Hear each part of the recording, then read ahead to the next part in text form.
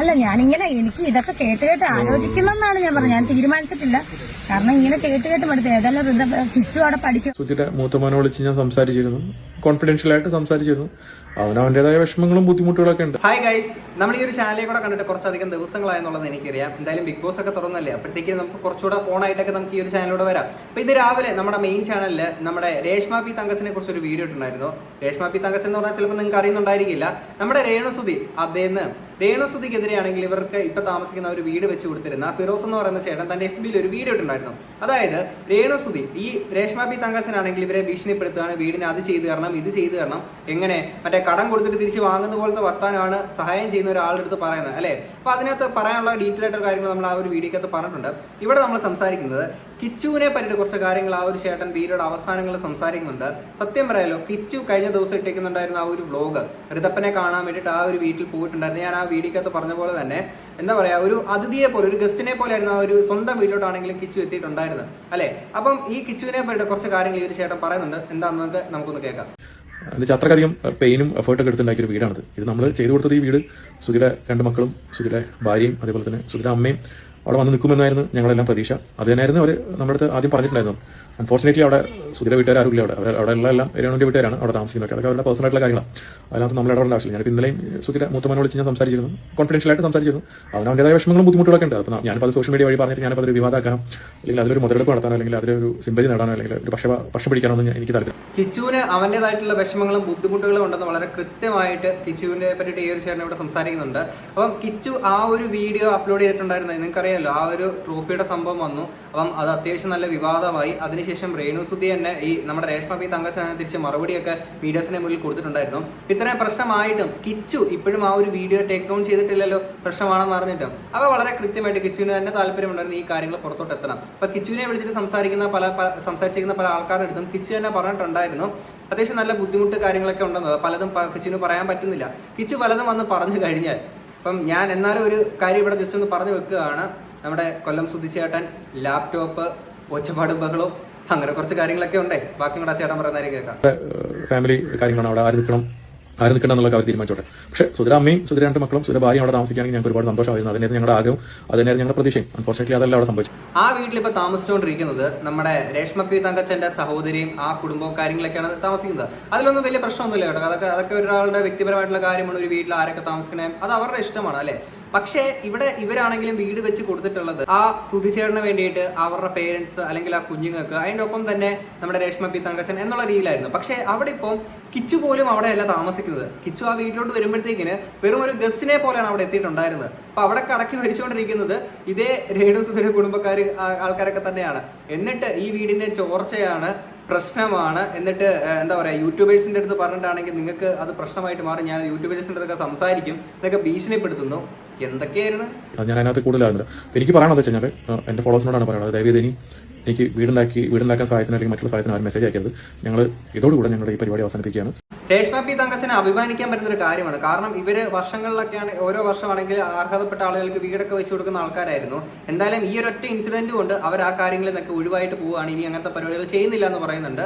കാര്യം അങ്ങനെ ആയിരിക്കും. കാരണം ഞാൻ എൻ്റെ ഒരു ഇൻസിഡന്റ് പറയാം. എൻ്റെ ഒരു സുഹൃത്ത് ഇപ്പം ഒരു സ്ഥലത്ത് വെച്ചിട്ടാണെങ്കിൽ ഇപ്പോൾ ഒരു ഭിക്ഷകാരിയായിട്ടുള്ള ഒരു അമ്മ വന്നിട്ട് കുറച്ച് പൈസ ചോദിച്ചു, മക്കളെ എന്തെങ്കിലും ഉണ്ടെത്താ, ഫുഡൊന്നും കഴിച്ചിട്ടില്ല എന്നൊക്കെ പറഞ്ഞു.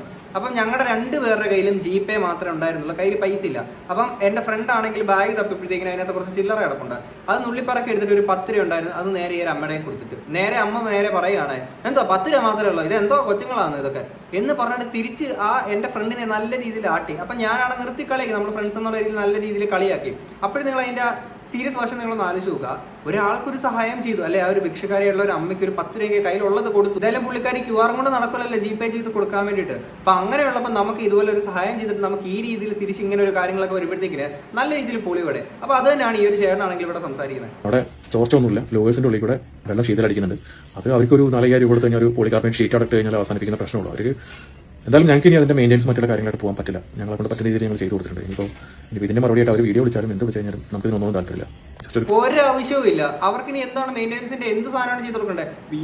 വീടും വെച്ച് കൊടുക്കണം. അത് കഴിഞ്ഞ് അതിന്റെ മെയിൻ്റെനൻസ് ഇവർ തന്നെ നോക്കണമെന്ന് പറഞ്ഞു കഴിഞ്ഞാൽ കുനിഞ്ഞൊരു മൊട്ടുസൂചി പോലും നമ്മുടെ രേഷ്മ പി തങ്കച്ചൻ എടുക്കാൻ പറ്റത്തില്ല. കാരണം അറിയാമല്ലോ, നമ്മുടെ മഞ്ജു വാര്യർ കഴിഞ്ഞാൽ പിന്നെ രേഷ്മ പി തങ്കച്ചനാന്നേ. അതോടെയാണ് ഞാൻ ഈ വീഡിയോ ചെയ്യുന്നുണ്ട്. സത്യം പറഞ്ഞാൽ എനിക്ക് രാവിലെ എണീറ്റ് നോക്കുമ്പോൾ ഒരുപാട് ആൾക്കാർ ഈ ലിങ്ക് എനിക്ക് ഫോർവേഡ് ചെയ്തിട്ടുണ്ടായിരുന്നു. കണ്ടപ്പോൾ ഭയങ്കര വിഷമമായി. നമ്മൾ ഒരുപാട് എഫേർട്ട് എടുത്ത് ഒരുപാട് ഹാർഡ് വർക്ക് ചെയ്ത് ഒരുപാട് ആൾക്കാരുടെ കൈയും കാര്യം പിടിച്ച് പല രീതിയിൽ കഷ്ടപ്പെട്ടിട്ടും ഒരുപാട് ഈവൻ ഏറ്റവും വലിയ ഉദാഹരണം പറഞ്ഞാൽ ഞാൻ ആദ്യമായിട്ട് സുധീര വീട് സ്ഥലം പ്ലോട്ട് നോക്കാൻ പോകുമ്പോഴാണ് എൻ്റെ വണ്ടി അതിഭീകരമായ ഒരു ആക്സിഡന്റ് കൂത്താട്ടുള്ളത് വെച്ച് സംഭവിച്ചത്. ഫ്രണ്ടിലും ബാക്കിലും ഇടിച്ചിട്ട് എൻ്റെ പഴയ താറ്. അങ്ങനെയൊക്കെ ഒരുപാട് പെയിനുകളാണ്, ഒരുപാട് പെയിനുകളുണ്ട് ഇതിൻ്റെ പുറകിൽ. അതൊന്നും അവർക്ക് പറഞ്ഞാൽ മനസ്സിലാവില്ല. എനിവേ നമ്മൾ ഇനി ഒരു റിസ്കിനും ഒന്നുമില്ല.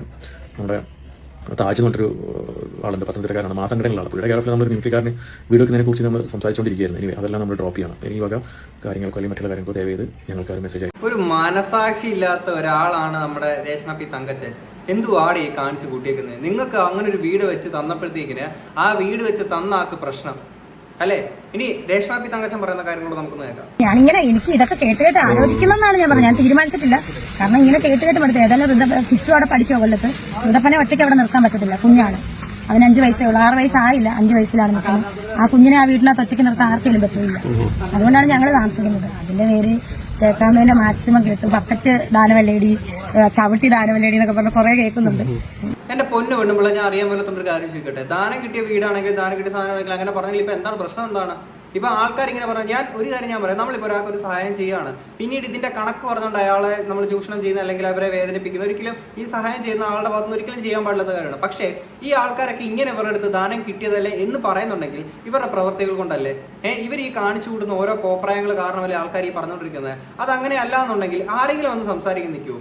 ഇപ്പം ഇവരിങ്ങനെ കോപ്രായങ്ങളൊന്നും കാണിക്കാതെ വളരെ മാന്യമായിട്ട് തന്നെ പോകുന്ന അല്ലെങ്കിൽ അടിപൊളിയായിട്ട് തന്നെ പോകുന്ന ആൾക്കാരാണെന്നുണ്ടെങ്കിൽ ഈ പറയുന്ന ഇപ്പം ഇങ്ങനെ ഒരു അലിഗേഷൻ അല്ലെങ്കിൽ ആൾക്കാർ ദാനം എന്നൊക്കെ പറയുമ്പോൾ ദയവ് ഇത് ഇങ്ങനെ പറഞ്ഞ് വേദനിപ്പിക്കാണ്ടിരിക്കുക എന്ന് പറഞ്ഞിട്ടുണ്ട്. ഇവരെ തന്നെ നമ്മൾ സപ്പോർട്ട് ചെയ്യില്ലേ? ഇവരെങ്ങനെയാണെന്ന് വെച്ച് കഴിഞ്ഞാൽ വഴിയെ കൂടെ പോകുന്ന വയ്യാവേലിയാണെങ്കിൽ ഏണി വെച്ച് കയറി പിടിക്കുക അല്ലെങ്കിൽ തോട്ടിയിട്ട് പിടിക്കുകയാണ്. എന്നിട്ട് ഈ പ്രശ്നങ്ങളെല്ലാം ഓരോ ദിവസം എന്തോരോ കോൺട്രവേഴ്സിയാണ് ഇവരുണ്ടാക്കുന്നത്. അതിന്റെ പ്രത്യേകം ഇവർക്കൊരു അവാർഡ് കൊടുക്കണം കേട്ടോ. ആലോചിച്ച് കുറച്ച് പൈസയൊക്കെ ആയിട്ട് എങ്ങനെയും വാടകയ്ക്ക് താമസിക്കണമെന്നൊക്കെ ഇങ്ങനെ ഒരു ചിന്തയേ ഉള്ളൂ. എനിക്കറിയില്ല എന്താ, മക്കളുടെ വീടാണ്, നമുക്ക് താമസിക്കാം. പക്ഷേ ഈ ആൾക്കാർ വെറുതെ ഓരോന്ന് സത്യം അറിയാതെ പറഞ്ഞുകൊണ്ടിരിക്കുകയല്ലേ. അയ്യടാ പൊന്നടാവേ, അന്ന് ആരോരും ഇല്ലായിരുന്നു സഹായിക്കാൻ അല്ലേ? ആ ഒരു സമയത്ത് സുധിച്ചേണ്ട മരണത്തിന് ശേഷം ആൾക്കാർ അവിടെ നിന്നൊക്കെ സഹായിക്കാൻ വരുന്നു. ഈ സഹായം കിട്ടിക്കഴിഞ്ഞപ്പോഴത്തേക്കിന് ആ വീടിന് ചോർച്ചയാണ്, അങ്ങനെയാണ്, അവർ മെയിൻ്റെനൻസ് ചെയ്യണം. എനിക്ക് കുഞ്ഞ് മൊട്ടുസൂചി എടുക്കാൻ പറ്റുന്നില്ല, അവർ വന്ന് മൊട്ടുസൂചി എടുത്തറിഞ്ഞില്ല, യൂട്യൂബേഴ്സിന് പറഞ്ഞു കൊടുക്കും. എന്തുവാടേ? അതായത് നമ്മൾ വളരുന്തോറും നമ്മളെ എങ്ങനെ തളർത്തുക എന്ന് പറയുന്നത് അതാണല്ലോ ഇപ്പൊ നടന്നുകൊണ്ടിരിക്കുന്നത്. എന്റെ പൊന്നടാവേ, ഞാൻ നമ്മുടെ മെയിൻ ചാനൽ വീടിക്കത്ത് പറഞ്ഞതാണ്, double standing syndrome of the Wikipedia എന്ന് പറയുന്നൊരു പ്രത്യേകതരം അസുഖമുള്ള ഒരു വ്യക്തിയാണ് പുള്ളിക്കാരി. കാര്യം എപ്പോഴും ഇങ്ങനെ കാര്യങ്ങൾ ഇങ്ങനെ മാർക്ക് പറഞ്ഞുകൊണ്ടേയിരിക്കും. കാര്യം മറ്റൊരു ഇന്റർവ്യൂവിനകത്ത് ഇവർ വന്ന് പറഞ്ഞു, ഇതൊക്കെ എനിക്കൊരു ഊർജ്ജമാണ്, നെഗറ്റീവും വിമർശനങ്ങളും എനിക്ക് ഊർജ്ജമാണ്, ഇങ്ങനെ പറഞ്ഞുകൊണ്ടിരിക്കണം. പക്ഷേ ഈ ഒരു ഊർജ്ജം ഇടക്കിടക്ക് ഇങ്ങനെ ചോർന്നു പോകും ചേച്ചിയുടെ. ഞാൻ വലിയ ആളായിരുന്നോ ഒന്നും ഇന്നുവരെ ഞാൻ പറഞ്ഞിട്ടില്ല, പറയത്തുമില്ല. എന്താ പറയുക, എനിക്കൊരാൾ സ്നേഹത്തോടെ ഒരു മുട്ടായി തന്നാൽ പോലും എന്നും ഞാൻ അവർക്ക് വേണ്ടി പ്രാർത്ഥിക്കാറുണ്ട്, അവരെ പറ്റി ഓർക്കാറുണ്ട്. അവർക്ക് എന്നും നന്ദിയുള്ളവളായിട്ട് തന്നെയാണ്. അതുകൊണ്ടാണ് ഇപ്പം ആ ഒരു ചേട്ടനെ പറ്റിയിട്ട് അല്ലെങ്കിൽ ആ ഒരു വീടിന് നല്ല ചോർച്ചയാണ്, ഞങ്ങൾ വാടക വീട്ടിൽ മാറുകയാണ്, അങ്ങനെയാണെന്നൊക്കെ പറഞ്ഞിട്ട് ഇപ്പം ഇവരെ പറ്റിയുണ്ടല്ലോ എത്ര ആൾക്കാർക്ക് ഈ സഹായം ചെയ്ത ആൾക്കാർക്ക് വന്ന് പറയാനുണ്ടായിരിക്കുന്ന ഇവരെ പറ്റിയിട്ട് ഓരോ കാര്യങ്ങൾ.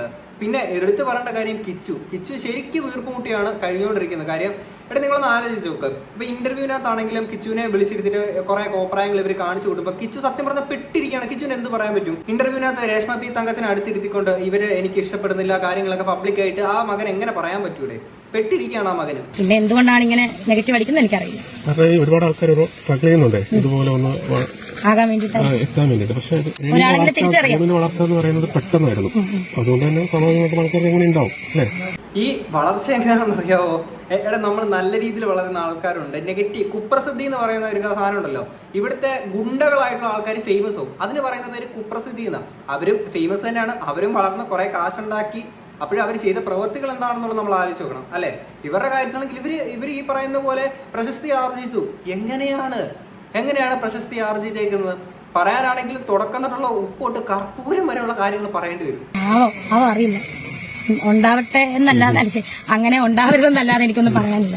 കാരണം ഞാനിപ്പോഴും എന്താ പറയാ, സുധിച്ചേട്ടന്റെ പേരിൽ അല്ലെങ്കിൽ സുധിച്ചേട്ടന്റെ പേര് മുൻനിർത്തി ഞാൻ ബാക്കി നിൽക്കാൻ ആഗ്രഹിക്കുന്ന ഒരാളാണ്. അതായത് ഇപ്പം അതിനകത്ത് വരും അവള് സുധിച്ചേട്ടന്റെ പേരെടുത്ത്, അതല്ല ഞാൻ ഉദ്ദേശിച്ചത്. സുധിച്ചേട്ടനെ എന്നും മുന്നിൽ നിർത്തിയിട്ട് ഞാൻ പുറകെ നിൽക്കാൻ ആഗ്രഹിക്കുന്ന ഒരു വ്യക്തിയാണ് ഇന്നും. അപ്പൊ അല്ലാതെ ഞാൻ വലിയ ആളായിട്ടോ ഒന്നുമില്ല. ഈ ആൾക്കാർ കരുതുന്ന പോലെ ഞാൻ വന്ന വഴി ഒരിക്കലും മറക്കത്തുമില്ല. ആ വന്ന വഴി തന്നെ പോകുന്ന ഒരാൾ തന്നെയാണ്. ഒരു പ്രത്യേക ഒരു ജൂറി പുരസ്കാരമേ നമ്മുടെ രേഷ്മ പി തങ്കച്ചന് കൊടുക്കണം. കാരണം സുധിച്ചേട്ടനെ മുൻനിർത്തി പിന്നിൽ നിൽക്കാനാണ് എനിക്കിഷ്ടം. ഞാൻ പോയത് കൊച്ചു കള്ളി. എന്നിട്ടാണ് സുധിച്ചേണ്ട ട്രോഫി എല്ലാം ചാക്കിനകത്ത് കെട്ടിപ്പൂട്ടി കട്ടിലിന്റെ അടിയിലോട്ട് തട്ടി കയറ്റിയത്. എന്നിട്ട് നമ്മുടെ അവാർഡും ട്രോഫിയൊക്കെ ആണെങ്കിൽ മുന്നേരത്ത് കൊണ്ട് വെച്ചിട്ടുണ്ട്. എന്നിട്ട് പറയാം എല്ലാ ദിവസവും എനിക്കൊക്കെ പുറത്തിറങ്ങാൻ വയ്യാണ്ടാന്നേ, പുറത്തിറങ്ങി കഴിഞ്ഞാൽ അപ്പം എനിക്ക് കുറേ ട്രോഫി ആൾക്കാരെ കൊണ്ട് തരിക. പിന്നെ ഞാൻ എന്താ ചെയ്യുക, എന്നെ ഇങ്ങനെ വേദനിപ്പിക്കല്ലേ എന്നൊക്കെ പറഞ്ഞുകൊണ്ടായിരുന്നു നമ്മുടെ രേഷ്മ പി തങ്കച്ചൻ പറഞ്ഞത്. ഒരു കാര്യം ഞാൻ പറയാം, കിച്ചു ശരിക്കും പെട്ടിരിക്കുകയാണ്. കിച്ചുവിന് ഒരുപാട് ബുദ്ധിമുട്ടുകളും സങ്കടങ്ങളും ഒക്കെ ഉണ്ട്. അത് മറ്റൊരു വ്യക്തിയുടെ അടുത്ത് വിളിച്ച് സംസാരിച്ചുള്ള കാര്യങ്ങളാണ് ഇവിടെ പറഞ്ഞത്. അപ്പോൾ വരും ദിവസങ്ങളിൽ ഒരു പക്ഷേ കിച്ചുവിന് വാ തുറന്ന് എന്തെങ്കിലും പറയേണ്ടി വന്നു കഴിഞ്ഞാൽ, എന്തായാലും ഈ ഒരു ഒറ്റ വീഡിയോ ഇട്ടത് ഇപ്പം കിച്ചു പറയാതെ പറഞ്ഞ കുറേ കാര്യങ്ങളാണ് അല്ലേ. ഇനിയും കിച്ചുവിനെ കൊണ്ട് സംസാരിപ്പിക്കുന്ന രീതിയിലോട്ട് നമ്മുടെ രേഷ്മ പി തങ്കച്ച മാറിക്കഴിഞ്ഞാൽ ഇതൊന്നും ഇവിടെ നിന്ന് നിൽക്കൂലേ. അപ്പോൾ ഞാൻ ആലോചിക്കുന്നത്, ഇവിടെ ഈ ചെലവിനെ കൊടുപ്പ് ടീംസേ നിങ്ങൾക്ക് എന്താണ് പറയാനുള്ളത്?